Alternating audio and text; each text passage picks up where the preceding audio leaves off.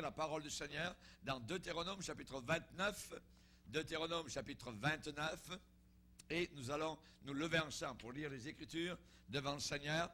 Alors, il y a le titre du message, le géant du ressentiment, et c'est la deuxième partie que nous voyons donc aujourd'hui par rapport à ce message concernant donc le ressentiment, l'amertume, ainsi de suite, donc, et toutes ces choses mauvaises. Deutéronome chapitre 29, nous lisons au verset 16. Il dit, vous savez de quelle manière nous avons habité dans le pays d'Égypte et comment nous avons passé au milieu des nations que vous avez traversées. Vous avez vu leurs abominations et leurs idoles, le bois et la pierre, l'argent et l'or qui sont chez elles. Qu'il n'y ait parmi vous ni homme, ni femme, ni famille, ni tribu, dont le cœur se détourne aujourd'hui de l'Éternel notre Dieu pour aller servir les dieux de ces nations-là. Qu'il n'y ait point parmi vous de racines qui produisent du poison et de l'absinthe. Que personne, après avoir entendu les paroles de cette alliance contractée avec serment, ne se glorifie dans son cœur et ne dise « J'aurai la paix dans mon cœur. J'aurai la paix quand même je suivrai les penchants de mon cœur. Et que j'ajouterai l'ivresse à la soif. » Amen. Père, nous voulons te bénir et te glorifier. Ta parole est puissante.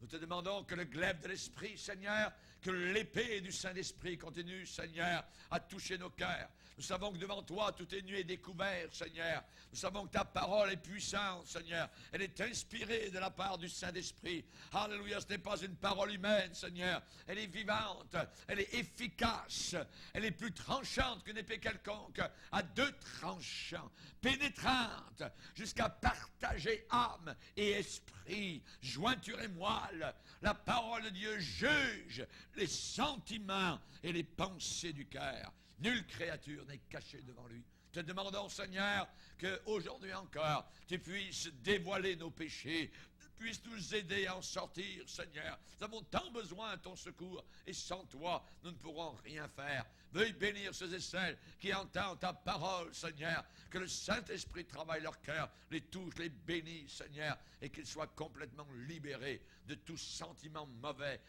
qui pousse des racines et qui est un poison. Dans le nom puissant de Jésus, Amen. Et tout le peuple dit Amen. Gloire à Dieu. Vous pouvez vous asseoir, frères et sœurs. Alléluia. Merci Seigneur. Gloire au Seigneur. L'amertume, évidemment, nous l'avons vu dans la première partie, est quelque chose de terrible. C'est un ressentiment qui bouillonne, donc qui est en dessous de la surface souvent. Si la colère est impulsive, si la colère est soudaine, voyez, eh bien, le ressentiment se bâtit graduellement, lentement, d'une sorte de volcan, voyez, d'une sorte comme une bouilloire à feu doux, voyez, jusqu'à ce que le couvercle saute, mais ça bout tranquillement. C'est là, jusqu'à ce qu'un jour il y ait évidemment des dégâts qui seront peut-être irréparables. Je vais vous parler ce soir de l'amertume d'un homme qui s'appelait David. Croirions-nous que David, un homme selon le cœur de Dieu, a eu de l'amertume dans son cœur? David est un exemple de beaucoup de choses qui arrivent dans le cœur d'un homme. Et il est aussi, hélas, un modèle de ressentiment, un modèle de rancune. Et pourtant, il est appelé dans la Bible, dans le Nouveau Testament, un homme selon le cœur de Dieu. Et là, il a fait des gaffes inimaginables, abominables. Et dans le Nouveau Testament, Dieu, il l'a pardonné complètement, a effacé tout cela. Et il est appelé un homme selon le cœur de Dieu. Il avait beaucoup de failles, comme nous en avons aussi. Il avait beaucoup de manquements. Et sur son lit de mort, pas très loin de sa mort, il a fait venir un jour son fils, Salomon, dans sa chambre, pour lui donner un dernier conseil. Et on va lire ce conseil dans le premier livre des rois, au chapitre 2, où David, donc, sur le point de mourir, dans ses derniers instants, est en train, donc, de donner certaines directions à son fils Salomon. Premier roi, chapitre 2, verset 5. Il est déclaré ici, « Tu sais ce que m'a fait Joab, fils de Tsedjoura, ce qu'il a fait à deux chefs de l'armée d'Israël, à Abner, fils de Ner, et à Amasa, fils de Jéter. Il les a tués. Il a versé pendant la paix le sang de la guerre. Et il a mis le sang de la guerre sur la ceinture qu'il avait au rein et sur la chaussure qu'il avait aux pieds. Tu agiras selon ta sagesse et tu ne laisseras pas ses cheveux blancs descendre en paix dans le séjour des morts. Imaginez. Imaginez. Salomon, ce jeune fils qui vient vers son père, qui est sur le point de mourir, il est là dans la chambre et son père, David, lui donne ce dernier conseil. David était peut-être à cette époque-là le plus grand homme de son époque, de son temps, dans le monde entier. Et cet homme, David, se prépare à rencontrer Dieu. Quelle sagesse est-il en train de partager à son fils Salomon? David avait une vieille rancune dans le cœur qui datait de beaucoup d'années auparavant en arrière. Et David gardait encore dans ses souvenirs la mémoire d'un ressentiment, d'une amertume par rapport aux actions d'un homme appelé Joab, l'un de ses commandants militaires. Joab, il y a de cela des années, avait transgressé en tuant 2 commandants d'armée de l'armée de David. Et ils avaient tué uniquement sur la base de ses propres sentiments d'amertume personnelle, Joab. Et David n'avait pas oublié cela. David avait nourri son ressentiment, son amertume pendant des années. Et David s'est souvenu sur son lit de mort des actions de Joab. Et il n'avait jamais encore vengé les morts de ces 2 commandants d'armée, Abner et Amasa. Il n'avait pas fait tuer Joab. Alors, sur son lit de mort, David appelle Salomon et il décide finalement d'agir sur son amertume. Sur son amertume. Et David a infecté l'esprit de Salomon. Il a infecté l'esprit de son fils en lui ordonnant de ne pas laisser Joab mourir d'une mort naturelle. Tue-le! Rendez compte? Tue-le! Verset 6, il va lui dire, tu ne laisseras pas ses cheveux blancs descendre en paix dans le séjour des morts. Tue-le. David a passé à léguer à Salomon un héritage de vengeance. Rendez compte? Le même fils que David voulait qu'il soit pieux, qu'il soit sage. Il est en train de dire que Joab paye de sa vie la douleur qu'il m'a causée. C'est bien écrit, noir sur blanc. C'est un côté de David que nous n'aimons pas beaucoup voir. On n'en parle pas beaucoup, jamais. Et peut-être aussi c'est un côté de nous-mêmes que nous n'aimons pas regarder. L'amertume est une créature déformée. C'est une créature déformée. L'amertume est une créature très laide, très affreuse. J'aimerais vous lire ce qu'un poète, Stephen Crane, a écrit. Dans le désert, j'ai vu une créature bestiale dans toute son horreur. Elle crachait sur le sol en tenant son propre cœur dans ses mains. Elle était en train de le manger. Je lui ai demandé, est-ce que c'est bon, mon ami? La créature m'a répondu, c'est amer, très amer, mais j'aime cela parce que c'est amer et parce que c'est mon cœur. L'amertume, c'est cela. C'est se manger soi-même. Lorsque vous avez des tueurs islamistes remplis de haine qui foncent sur des tours du World Trade Center, ceux qui se font sauter dans les rues de Jérusalem, ceux qui se font sauter à côté de vieillards ou dans des autobus sont remplis d'amertume, de haine contre Israël. Cette haine est perpétuée. Leurs parents leur ont enseigné à haïr à Israël depuis qu'ils sont tout petits. Et s'ils peuvent se faire sauter, s'ils peuvent tuer et se tuer, parce que leur religion fausse leur promet des centaines de vierges là-haut dans le ciel. C'est abominable. La créature qui mange son propre cœur, est-ce que c'est bon, mon ami?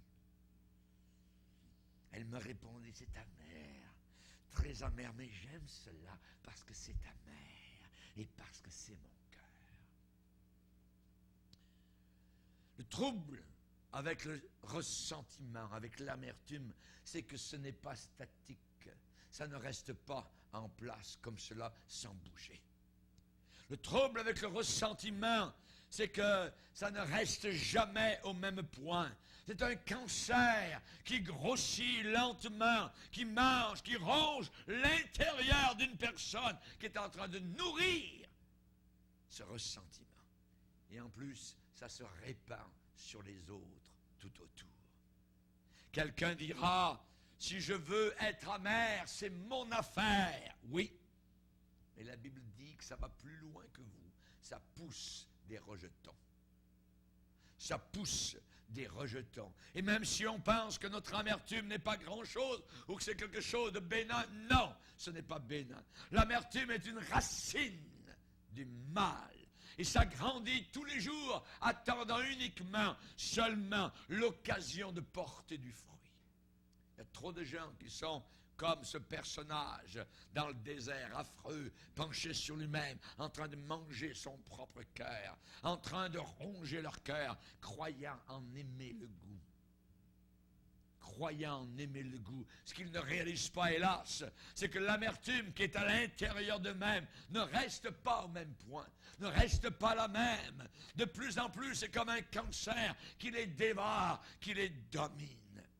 Helen Grace Lashid a écrit, ça grossit et ça grandit toujours, ça tord et ça déforme la réalité des choses, ça nous garde enchaînés au passé.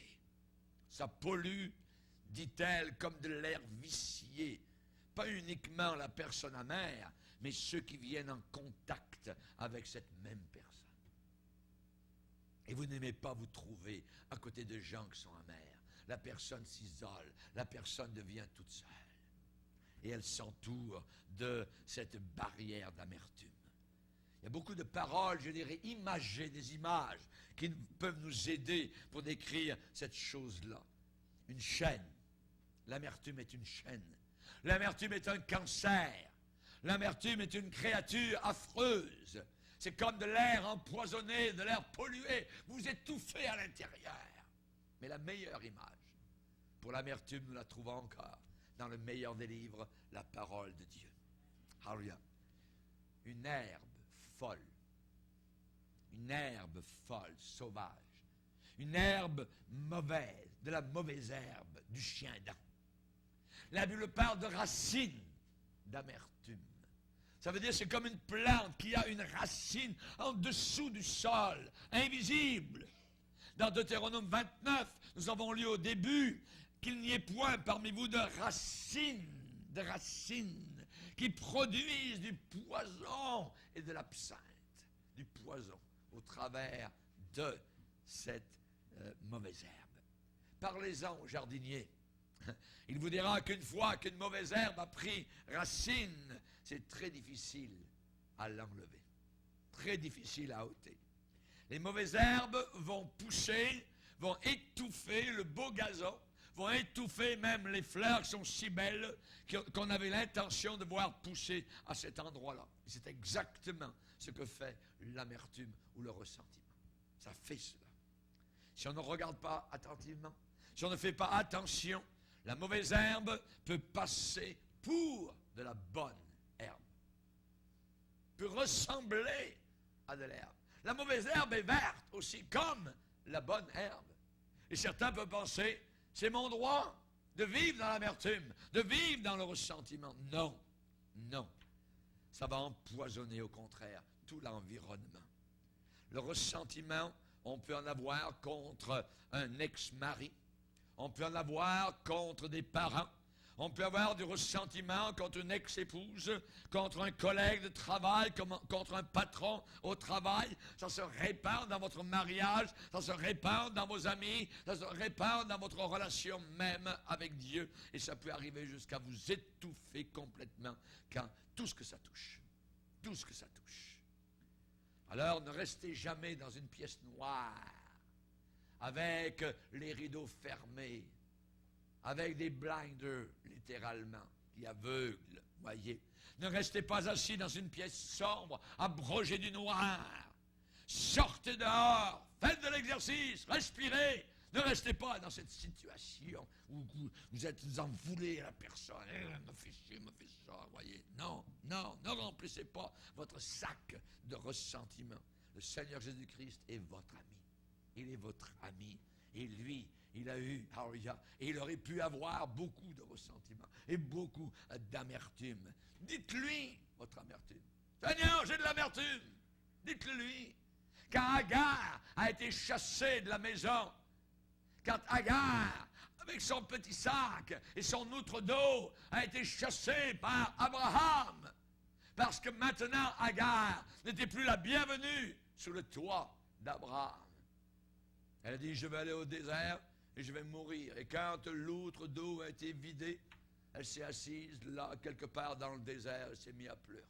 Elle voyait son fils. Elle a dit que je ne vois pas mourir mon fils. Mais le Seigneur voyait. Et le Seigneur a dit, Agar, qu'as-tu? Qu'as-tu? Et c'est bon quand le Seigneur dit, qu'est-ce que tu as? Il voulait que Agar lui dise, voilà Seigneur, je vis une injustice, j'ai été chassé, c'est le patron qui a voulu coucher avec moi, qui m'a demandé d'aller au lit, j'ai eu un enfant, et maintenant avec mon enfant, il m'a renvoyé dans le désert. Sarah ne peut plus accepter cela sous son toit. Nous devons dire au Seigneur ce qu'il se passe dans notre cœur. Qu'as-tu, Agar? Qu'as-tu? Nous devons lui dire, alléluia, Anne, la maman de Samuel, était stérile. Elle ne pouvait pas avoir d'enfant. Et dans le foyer, il y avait une autre femme qui s'appelait Pénina. Et qui, elle, tous les ans, avait un beau ventre rebondi parce qu'elle avait un bébé. Elle avait souvent des bébés. Mais Anne, la femme la bien-aimée, dans la maison, n'avait pas d'enfant. Et l'autre lui disait, hein, regarde, je suis enceinte, toi t'as rien. Ouais. Mes amis, Anne pleurait. Anne était remplie d'amertume. Elle est allée à la maison du Seigneur. Et là, devant le Seigneur, elle s'est mise à pleurer. Il y avait un pasteur totalement rétrograde, avec d'une imposture terrible. Il l'a vue en train de bouger les lèvres. Il a pensé qu'elle était saoule. Il a dit, fais passer ton vin, vieille femme. Elle était totalement à côté de sa coche. Et elle l'a regardé et a dit, monsieur le pasteur, non, je ne suis pas une femme remplie de vin, je suis une femme qui souffre. Une souffre. Elle avait de l'amertume dans le cœur. La Bible dit, l'amertume dans l'âme, elle pria. Elle pria. Je vous ai parlé dans l'autre prédication d'écrire peut-être ce qu'il y a sur votre cœur. Disez cela au Seigneur. Dites-lui cela au Seigneur. Vous ne le choquerez pas.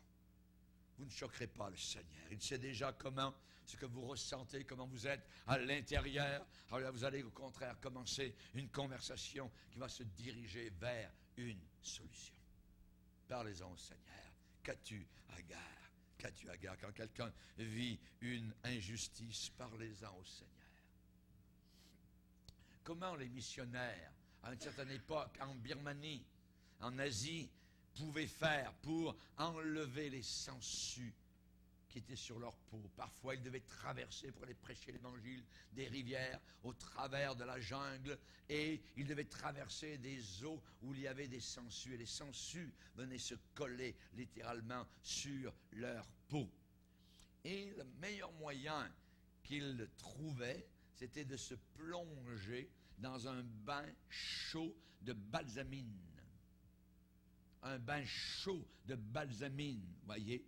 Et pourquoi? Parce qu'avec ce bain chaud, et presque bouillant, les sangsues s'en allaient, décollaient. Mais s'ils essayaient eux-mêmes de les enlever, ils pouvaient les enlever, mais il y avait une racine qui restait à l'intérieur de la peau. Il y avait un reste de la sangsue qui restait accroché à l'intérieur de la peau, et cela créait de l'infection. De l'infection. Voyez. Mais dans un bain chaud, elle se défaisait toute seule. Elle ne pouvait pas résister à ce bain chaud. Et ainsi, ils pouvaient les enlever proprement, voyez, de leur corps. J'aimerais vous donner un conseil. Baignez-vous dans le bain chaud de la grâce de Dieu. Amen. N'essayez pas de les enlever par vous-même, d'aller solutionner tous les problèmes. Nous devons nager comme Ézéchiel l'a fait dans le fleuve de la grâce de Dieu, le fleuve de l'Esprit, se baigner dans le bain chaud de la présence de Dieu, de la prière bouillante. Cela aura le même effet sur l'amertume. Ça va se décoller tout seul de votre cœur. Amen. Et c'est difficile de rester amer. Très difficile de rester plein de ressentiment alors que vous êtes assis dans la prière, dans la présence de Dieu. Vous ne pouvez pas arriver devant Dieu avec un cœur rempli de ressentiment. Voyez, le ressentiment va tomber tout seul. Le ressentiment va se défaire de votre cœur. Soyez bons les uns vers les autres, vous pardonnant réciproquement. Réfléchissez un peu sur ce que le Seigneur a fait pour nous. Amen. Il nous a pardonné à chacun de nous tous nos péchés à cause de Jésus. Tous nos péchés. Et Dieu ne garde aucun ressentiment envers nous. Alors, même quand il arrive parfois que dans la marche chrétienne, nous péchons contre lui. Dieu n'a pas de ressentiment. Il nous demande de venir vers lui, nous baigner dans la grâce de Dieu et que la sangsue du péché va décoller toute seule par l'effet du sang de Jésus-Christ. Amen. Alléluia. C'est certain que si vous n'avez pas accepté le pardon offert par Dieu pour vos péchés, alors ça sera, je dirais, bien facile, très facile de garder des ressentiments envers les autres. Très facile, puisque vous ne vous baignez pas dans la grâce de Dieu, dans l'amour de Dieu, dans la miséricorde de Dieu. Si un enfant de Dieu est pardonné de tous ses péchés, amen, si Dieu n'a pas de rancune contre nous, eh bien c'est une situation insoutenable de garder des sentiments d'amertume envers les autres. C'est impossible. On ne peut pas faire cela. On ne peut pas avoir du non-pardon, voyez, puisque nous avons été pardonnés nous-mêmes. Jésus dit, quand vous priez, dites, notre Père qui est dans les cieux, pardonne-nous nos offenses comme nous pardonnons. Nous sommes enfants d'un Père merveilleux qui nous a pardonnés. Et nous ressemblons, j'imagine, un peu quelque part à notre Père. Amen. Et nous devons nous aussi pardonner à ceux qui nous ont offensés. Pardonne-nous nos offenses. Celui à qui on pardonne peu, aime peu. Celui à qui on pardonne beaucoup, aime beaucoup. Ça dépend comment nous voyons notre vie. Voyez, nous avons tous été pardonnés beaucoup. Amen. Beaucoup. Merci Seigneur. Alors, celui qui a reçu beaucoup de pardon aime beaucoup. Merci Seigneur. J'aimerais qu'on lise un passage dans Matthieu 18. Matthieu 18, verset 23. Matthieu 18, verset 23. C'est l'apôtre Pierre qui, tout le temps, avec sa grande bouche, s'approche de Dieu toujours en premier, s'approche du Seigneur et dit, Seigneur, hey, combien de fois devrais-je pardonner, Seigneur, voyez, à mon frère lorsqu'il péchera contre moi? Est-ce que ça va être jusqu'à, est-ce croyez très généreux, 7 fois? Voyez, hey, il a étiré son chiffre. Peut-être qu'au départ, il pensait 2 fois, voyez. Mais là, il a étiré, il s'est dit, je vais aller jusqu'à 7 fois, voyez. Est-ce que ça va aller jusqu'à 7 fois, Seigneur, quand mon frère péchera contre moi? Je dis, je ne te dis pas 7 fois, mais jusqu'à 70 fois 7 fois. Et mes amis, ça c'est plus de 490 fois. Ouais, ça veut dire toujours. Amen. Pardonnez. Verset 23, et là Jésus a donné une parabole merveilleuse. Il a dit, c'est pourquoi le royaume des cieux est semblable à un roi qui voulut faire rendre compte à ses serviteurs. Quand il se mit à compter, on lui amena un homme qui devait 10 000 talents. Comme il n'avait pas de quoi payer, son maître ordonna qu'il soit vendu, lui et sa femme, ses enfants et tout ce qu'il avait, et que la dette soit acquittée. Le serviteur se jetant à terre, se prosternant devant lui et dit, Seigneur, aie patience envers moi, je te paierai tout. Ému de compassion, de miséricorde, le maître de ce serviteur le laissa partir, laissa aller, et lui remit la dette. Après qu'il soit sorti, ce serviteur rencontra un de ses compagnons qui lui devait et sans denier. Il le saisit, l'étranglait en disant « Paix, ce que tu me dois !» Son compagnon se jetant à terre suppliait et disait « Aie patience envers moi, je te paierai !» Mais l'autre ne voulut pas, il alla le jeter en prison jusqu'à ce qu'il eût payé ce qu'il devait. Ses compagnons, ayant vu ce qui était arrivé, furent profondément attristés, allaient raconter à leur maître tout ce qui s'était passé. Alors le maître fit appeler le serviteur et lui dit « Hey, méchant serviteur, je t'avais remis en entier ta dette parce que tu m'en avais supplié. Ne devais-tu pas aussi avoir pitié de ton compagnon comme j'ai eu pitié de toi? » Son maître irrité le livra au bourreau jusqu'à ce qu'il eût payé tout ce qu'il devait. C'est ainsi que mon Père Céleste vous traitera si chacun de vous ne pardonne pas à son frère de tout son cœur.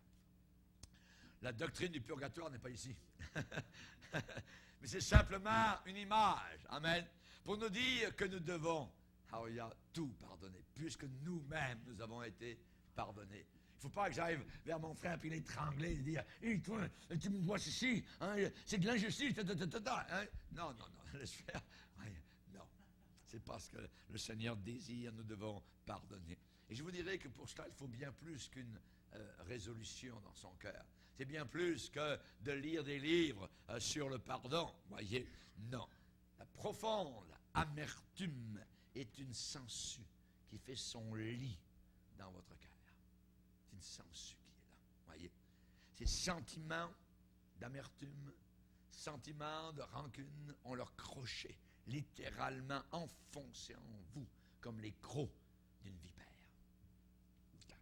C'est là. Alors que faire?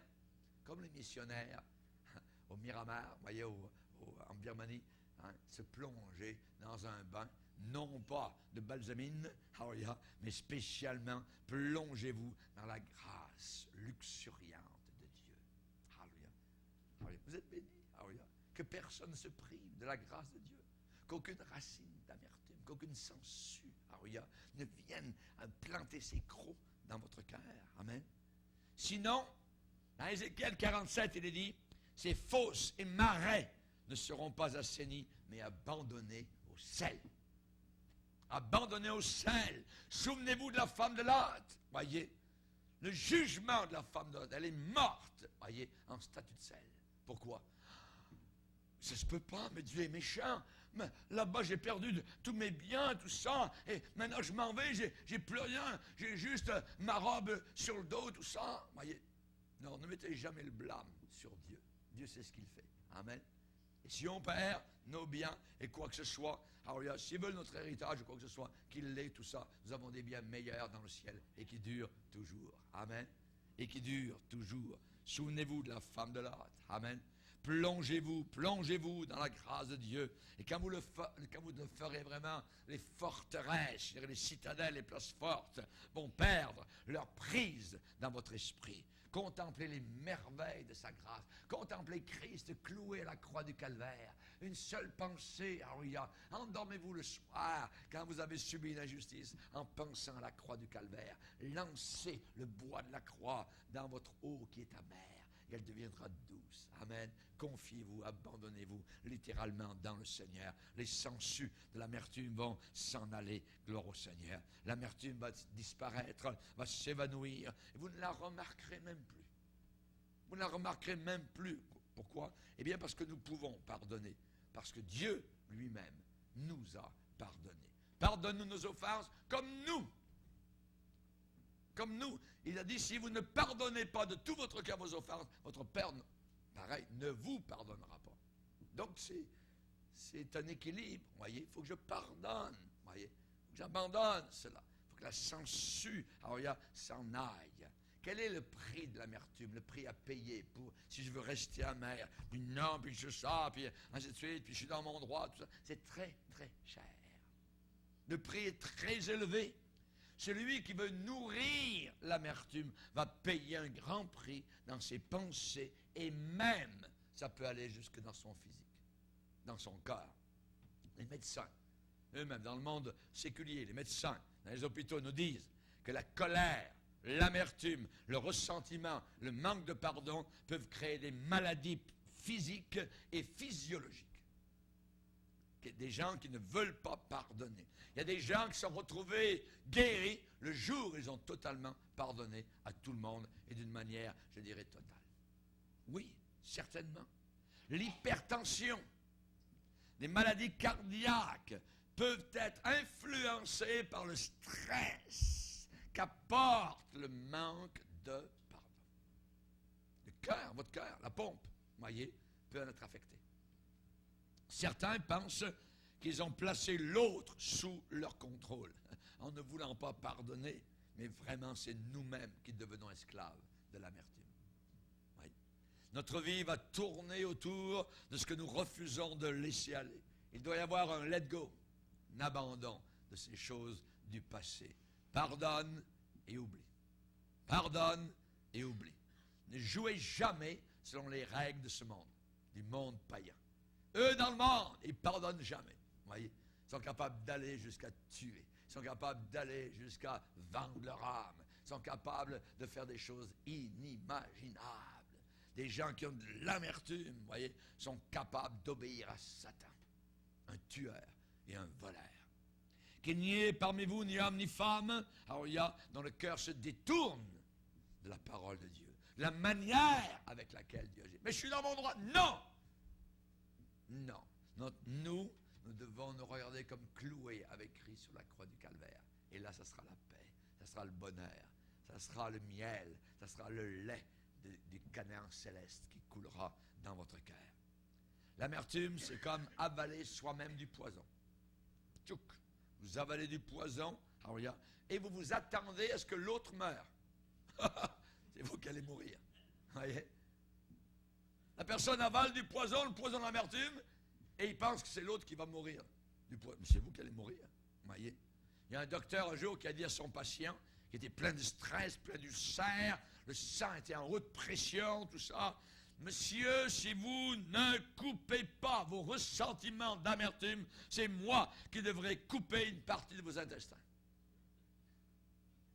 Oui, vous voyez? Et cela a, comme réveillé le monsieur, ça a attiré l'attention de l'homme qui a mis en règle ses sentiments, ses amitiés, et il a fait toutes sortes d'arrangements pour reprendre de bonnes relations. Il est allé un jour à son prochain rendez-vous chez le médecin, et voilà que le médecin lui a donné un diagnostic. Vous n'avez plus rien, monsieur, vous êtes de nouveau en santé. C'est arrivé ça. Et ça arrive régulièrement, vous voyez, parce que la personne avait rétabli toutes les choses. Savez-vous que la seule partie du Notre Père, la prière du Notre Père, la seule partie, alors il y a du Notre Père qui est répété 2 fois, concerne le pardon. Le pardon est répété 2 fois, alors et les autres parties ne sont pas répétées. Il y a d'autres choses, d'autres items, mais pour le pardon 2 fois, Jésus a dit, quand vous priez, dites, pardonne-nous nos offenses, voyez, et ensuite la répétition, si vous ne pardonnez pas, si vous ne pardonnez pas, votre Père non plus ne vous pardonnera pas.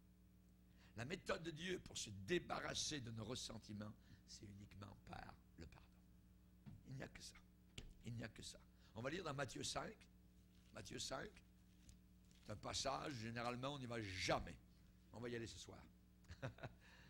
Matthieu 5, verset 43. Matthieu 5, verset 43. Vous avez appris qu'il a été dit, tu aimeras ton prochain et tu haïras ton ennemi. Mais oui, pasteur, c'est comme ça qu'il faut agir. Non. Vous avez appris, voyez. Mais moi, je vous dis, aimez vos ennemis, bénissez ceux qui vous maudissent, faites du bien à ceux qui vous haïssent et priez pour ceux qui vous maltraitent et qui vous persécutent, afin que vous soyez fils de votre Père qui est dans les cieux. Et ce Père, il fait lever son soleil sur les méchants et sur les bons, et il fait pleuvoir sur les justes et sur les injustes. Si vous aimez ceux qui vous aiment, quelle récompense méritez-vous? Les publicains aussi n'agissent-ils pas de même? Et si vous saluez seulement vos frères, que faites-vous d'extraordinaire? Les païens aussi n'agissent-ils pas de même? Soyez donc parfaits, comme votre Père céleste est parfait. Aimez, ennemis, bénissez ceux qui maudissent, faites du bien à ceux qui vous haïssent, priez pour ceux qui vous maltraitent et qui vous persécutent. Si nous faisons cela, nous allons démontrer que nous sommes vraiment enfants de Dieu et nous devons agir comme notre Père céleste. Comme notre Père céleste. Amen. Gloire au Seigneur. Que Dieu soit glorifié. J'aimerais vous parler de la fondatrice de la Croix-Rouge américaine, Clara Barton. Cette grande femme, un jour, on a ramené à son souvenir, on lui a rappelé que dans le passé, il y avait une journée terrible ou une chose très, très cruelle, voyez, qui lui avait été faite. À Clara Barton, la fondatrice de la Croix-Rouge américaine. Quelqu'un lui avait fait cette chose-là des années auparavant. Et elle semblait cependant ne pas s'en souvenir. Semblait ne pas s'en souvenir. Et une de ses amies est venue un jour vers elle et lui a dit, Clara, ne t'en souviens-tu pas? Rien. Et Clara Barton a déclaré, non, je me rappelle seulement et distinctement et clairement avoir complètement oublié la chose. Je me souviens seulement d'avoir oublié la chose. C'est ce que Joseph a fait avec ses frères. Vous aviez médité de me faire du mal. Dieu l'a changé en bien. Alléluia. Joseph n'avait aucune rancune contre ses frères. Que de misère il a eu pendant des années. Pendant au moins 13 ans. À cause de la haine et de la jalousie. Joseph était en droit d'avoir de l'amertume. Voyez. Puis il leur dit, les gars, vous allez y goûter. Quand le jour où vraiment la réalisation de Dieu va arriver, vous allez vous mettre à mes genoux, puis vous allez en baver, ainsi de suite. Puis vous allez payer tout ça, tout ce que vous m'avez fait pendant 13 ans. Je suis allé en prison, j'ai été un esclave à cause de vous. Je n'ai pas vu papa depuis des années, tout ça. Vous m'avez privé de la famille, tout ça. Vous allez y goûter. Non. Non. Vous aviez médité de me faire du mal. Joseph a le caractère de Jésus-Christ. Amen. Si vous nourrissez un certain niveau d'amertume envers quelqu'un, si vous nourrissez un certain niveau d'amertume envers une personne ou une situation, abandonnez complètement tout cela. Voyez, votre vie sera libérée du géant, du ressentiment, et vous aurez une vie bien plus douce, moins de médicaments, ou pas du tout, et vous serez en santé. Venez devant le Père. Déchargez-vous complètement de ces rancunes et ensuite vous retournez joyeux, joyeuse à vos activités. Voyagez léger dans le monde. Amen. Voyagez léger. Ne voyagez pas avec un paquet d'affaires du passé, ainsi de suite. Non. Pour la première fois peut-être, vous allez aimer le voyage de la vie. Alléluia. Sans rancune, alléluia, gloire au Seigneur, vous allez de l'avant avec le Seigneur. Paul a dit aux Éphésiens, soyez bons les uns envers les autres, compatissants, vous pardonnant réciproquement comme Dieu vous a pardonné en Christ. Résistez à votre ressentiment. Amen. Refusez ce ressentiment. Bannissez toute trace d'amertume. Quand vous commencez à prier pour la personne à qui vous en voulez, ça change pas mal l'affaire. Peut-être que le nom de la personne ne va même pas sortir devant Dieu. Il va sortir. Il faut que la sangsue sorte. Il faut que les crocs soient dégagés par le bain de balsamine spirituelle. Alors il y a le bain de la grâce de Dieu et un bain chaud. Amen. Soyez pas dans un bain tiède. Il faut que ce soit un bain bouillant. Alors puisses-tu être bouillant. Amen. Gloire au Seigneur. Que Dieu soit glorifié. Vivez. Alors il y a non pas sous la loi, vivez sous la grâce libératrice du Seigneur. En terminant, je vous donnerai l'exemple d'une grande femme de Dieu, Corrie ten Boom. Vous avez peut-être entendu parler de cette grande femme du Seigneur, cette Hollandaise qui a traversé mer et monde, qui a voyagé autour de la terre pour donner son témoignage, ainsi de suite. Durant la Deuxième Guerre mondiale, son père avait caché des Juifs en Hollande quand les Allemands sont arrivés. Et à cause de cela, elle a dû aller avec sa sœur dans des camps de concentration allemands. Elle a été maltraitée par les SS. Sa sœur est morte littéralement dans un camp de concentration à Ravensbrück, en Allemagne spécialement.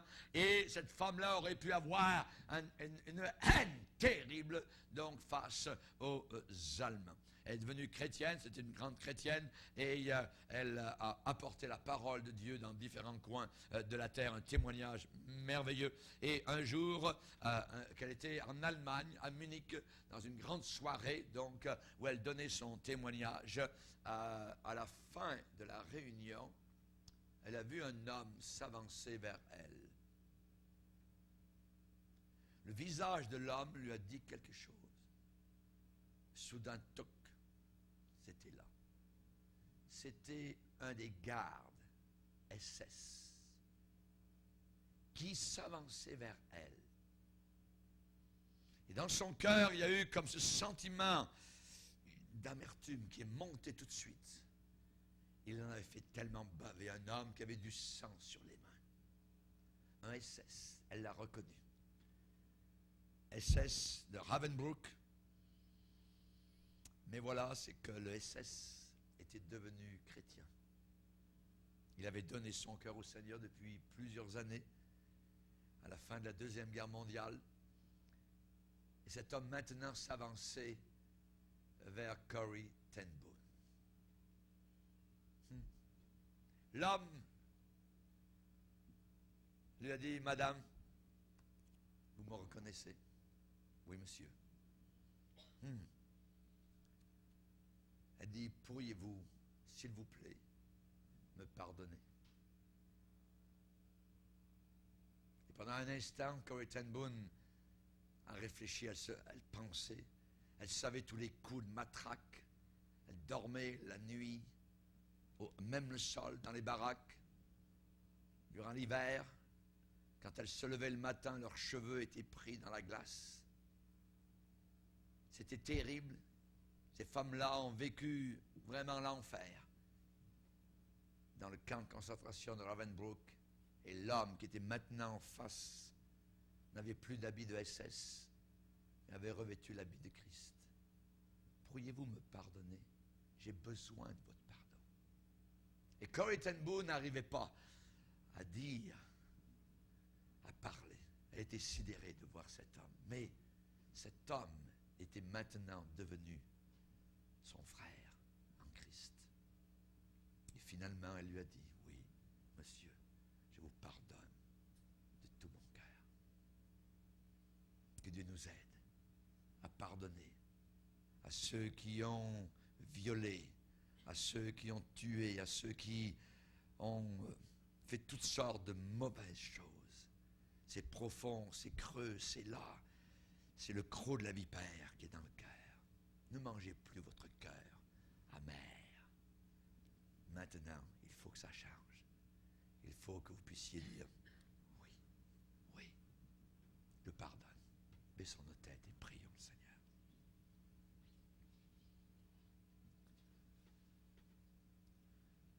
Père, nous te bénissons. Nous voulons te glorifier. Seigneur, ce soir, par le Saint-Esprit, aujourd'hui, tu fais remonter, Seigneur, à la surface peut-être des choses qui sont là dans nos cœurs, des amertumes du passé. Nous voulons véritablement être fils et filles d'un Père qui nous a donné le meilleur, qui nous a donné son Fils. Quelle injustice! Quelle injustice! Lui sans aucun péché, lui faisant du bien, lui qui a été littéralement battu, fouetté, mis à nu aux yeux du monde entier sur une croix de bois. Seigneur, aide-nous à lancer ce bois au travers de nos mares amères. Aide-nous, Seigneur, à ne plus boire, à ne plus manger nos cœurs, Seigneur. Nous voulons au contraire, Seigneur, abandonner, laisser tomber, finir les guerres. Nous voulons, Seigneur, que nous puissions avoir la paix dans nos cœurs. Et nous voulons laisser aller, let go, abandonner, Seigneur, ces amertumes. Dans le nom puissant de Jésus. Toi qui nous a tant pardonné. Merci Seigneur. Merci Seigneur. Amen.